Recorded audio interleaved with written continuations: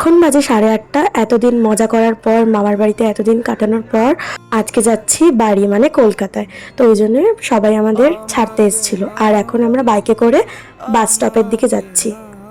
আমার সাথে রিক আর দিদানও যাচ্ছে। রিক কলেজ চলে যাবে আর দিদান এখন আমার সাথে গিয়ে থাকবে আমার বাড়িতে, তাই জন্য দিদানও যাচ্ছে। এতদিন মামার বাড়িতে থাকার পর যাওয়ার সময় খুব মন খারাপ হয়ে গেছিল। এটাই হয়, মামার বাড়ি থেকে অনেকদিন পর বাড়ি যাওয়ার সময় মনটা এইভাবেই খারাপ হয়। এখন আমরা বাসে উঠে গেছি। দিদানকে জোর করেই নিয়ে যাচ্ছিলাম, কারণ অনেকদিন দিদান আমার বাড়িতে যায়নি।